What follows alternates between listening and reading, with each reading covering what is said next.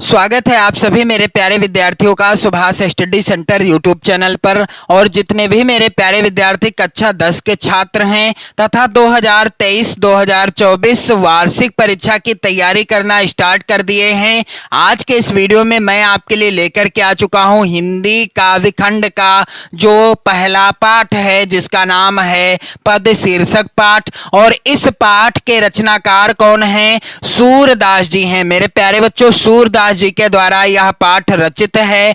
और सूरदास जी के द्वारा इस पाठ का यहां पर आप ध्यान दीजिएगा दूसरा पद जो कि इस प्रकार से है, अधिगत गति कछु कहत न आवे, ज्यों गूंगे मीठे फल को रस अंतर्गत ही भावे, परम स्वाद सबही सुनिरंतर अमित तोष उपजावे। और आगे लिखा हुआ है, मन बानी को अगम अगोचर सो जाने जो पावे, रूप रेख गुण जाति जुगत बिनु ताते सूर सगुन पद गावें। तो यहां पर आप सभी लोग ध्यान दीजिएगा, इस पद का आज के इस वीडियो में आपको संदर्भ, प्रसंग, व्याख्या और काव्य सौंदर्य बताऊंगा। तो मेरे प्यारे बच्चों, किसी भी पद्यांश का जब आप संदर्भ लिखेंगे तो उसके शुरुआत के शब्दों को काले पेन से लिख लेना, जैसा कि यहां पर आप देख पा रहे होंगे। और आपसे निवेदन है कि आप लोग चैनल को जरूर सब्सक्राइब कर लें,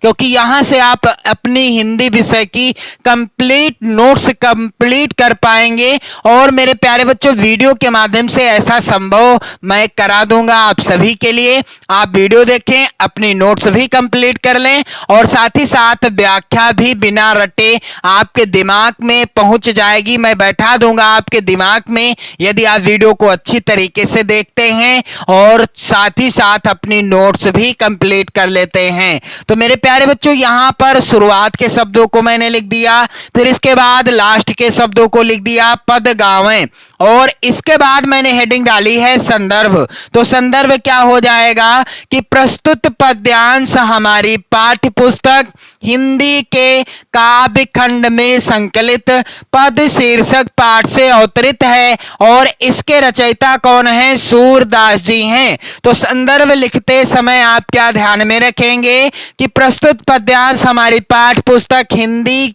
आप काले पेन से लिख देना, सिंगल इन्वर्टेड कामा भी लगा देना, फिर काव्यखंड भी आप काले पेन से लिख देना। इसके बाद पाठ का नाम भी आपको काले पेन से सिंगल इन्वर्टेड कामा के अंतर्गत लिखना है और रचयिता का नाम भी आपको काले पेन से सिंगल इन्वर्टेड कामा के अंतर्गत ही लिखना है। अब बारी आती है प्रसंग की। तो प्रसंग क्या हो जाएगा? काले पेन से आप हेडिंग डालेंगे, चाहे आप अपनी नोट्स बना रहे हो या बोर्ड परीक्षा में जब भी आप कॉपी पर लिखेंगे काले पेन का प्रयोग करेंगे हेडिंग डालने के लिए, या आप नीले पेन का प्रयोग भी करेंगे लिखने के लिए। लेकिन ये चीज ध्यान रहे कि आपको किसी भी हालत में लाल पेन का प्रयोग नहीं करना है। तो मेरे प्यारे बच्चों, प्रसंग क्या हो जाएगा? इस पद में सूरदास ने निराकार ब्रह्मा की उपासना की कठिनाइयों का उल्लेख करते हुए साकार ब्रह्मा की उपासना को श्रेयस्कर और व्यवहारिक माना है। इस पद में क्या माना है सूरदास जी ने कि निराकार ब्रह्मा की उपासना करना काफी ज्यादा कठिन है और इसलिए साकार ब्रह्मा की उपासना किया जा सकता है, क्योंकि साकार ब्रह्मा की उपासना करना काफी ज्यादा आसान होता है। तो मेरे प्यारे बच्चों, चलिए मैं आपको पहले तो सरल व्याख्या बता दूं, फिर मैं आपको बताऊंगा कि कैसे आपको व्याख्या और काव्य सौंदर्य लिखना है। तो यहां आप ध्यान दीजिएगा, लिखा हुआ है सूरदास जी कहते हैं अधिगत गति कछु कहत न आवे। सूरदास जी कहते हैं कि निराकार ब्रह्मा की सत्ता अज्ञात है और शब्दों में उसका वर्णन नहीं किया जा सकता है। अधिगत गति कछु कहत न आवे, यानी निराकार जो ब्रह्मा है उसकी सत्ता क्या है? अज्ञात है और उसे शब्दों में व्यक्त नहीं किया जा सकता, यानी शब्दों के माध्यम से नहीं बताया जा सकता। ज्यों गूंगे मीठे फल को रस अंतर्गत ही भावे। सूरदास जी कहते हैं कि जिस प्रकार गूंगा व्यक्ति मीठे फल के रस को भीतर ही भीतर प्राप्त करता है, ज्यों गूंगे मीठे फल को रस अंतर्गत ही भावे, परम स्वाद सबहि सुनिरंतर अमित तोष उपजावे। सूरदास जी कहते हैं कि जिस प्रकार से गूंगा व्यक्ति मीठे फल के रस को भीतर ही भीतर प्राप्त करता है, ज्यों गूंगे मीठे फल को रस अंतर्गत ही भावे, परम स्वाद सब ही सुनिरंतर अमित तोष उपजावे। क्या कहते हैं सूरदास जी कि जिस प्रकार गूंगा व्यक्ति मीठे फल के रस को भीतर ही भीतर प्राप्त करता है, उसे उस फल का रस तो मिलता है और उसे परम संतोष भी मिलता है, किंतु परम संतोष मिलने के बावजूद भी परम स्वाद सब ही सुनिरंतर अमित तोष उपजावे। उसे परम संतोष मिलता है मीठे फल को खाने से, लेकिन मन बानी को अगम अगोचर सो जाने जो पावे। सूरदास जी कहते हैं किंतु वाणी के द्वारा उसे व्यक्त नहीं कर सकता।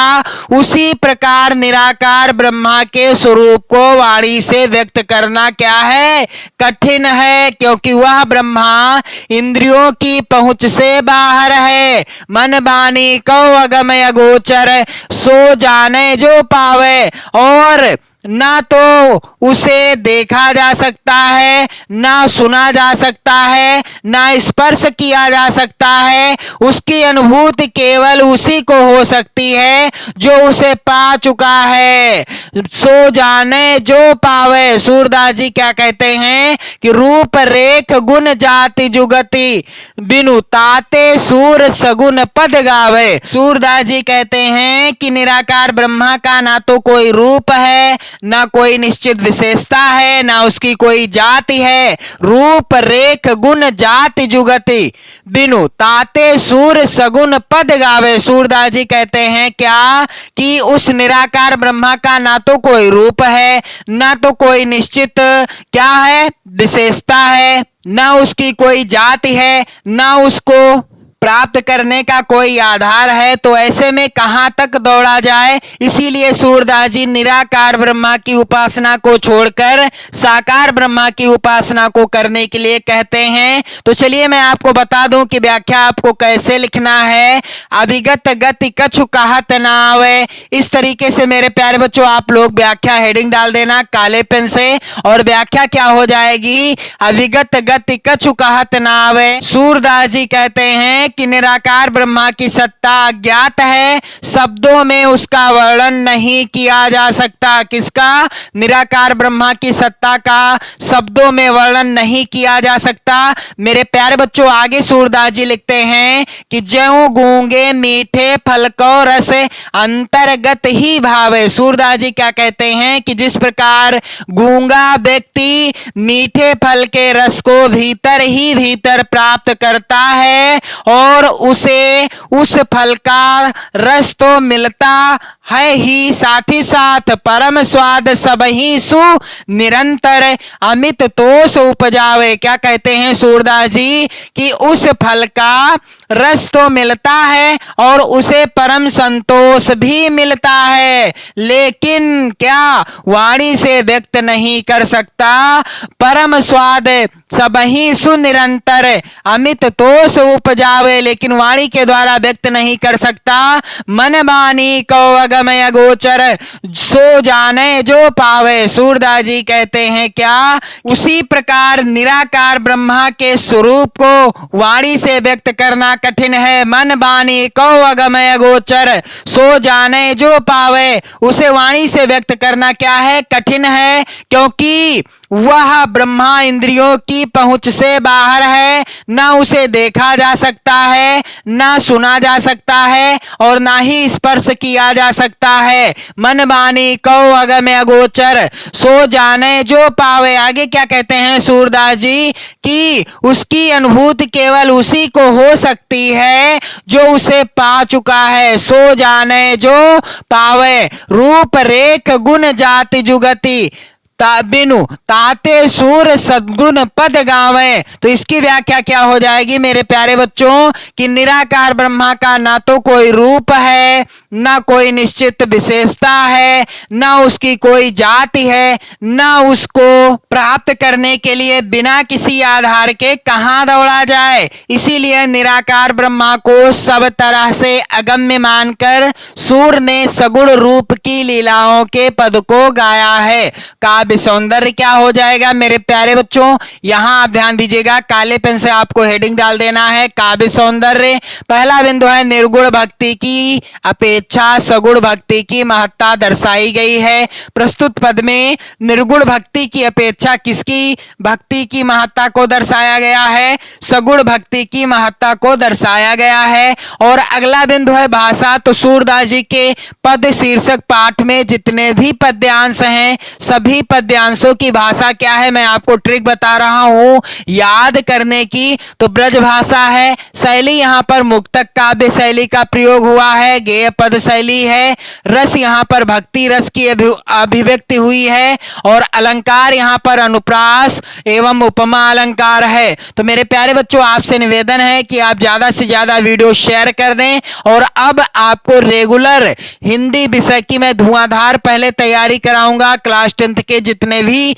छात्र हैं, और इसके बाद मैं आपको पढ़ाऊंगा, यहां आप ध्यान दीजिएगा, इसके बाद मैं आपको पढ़ाऊंगा, यहां पर आप ध्यान दीजिएगा, सूरदास जी के द्वारा अगला जो पद रचित है किलकत कान घुटुरुवन यावत, इसका भी संदर्भ प्रसंग व्याख्या और काव्य सौंदर्य बताऊंगा। तो आपसे निवेदन है कि आप ज्यादा से ज्यादा वीडियो शेयर कर दें, लाइक कर दें, और साथ ही साथ आप चैनल को जरूर सब्सक्राइब कर लें।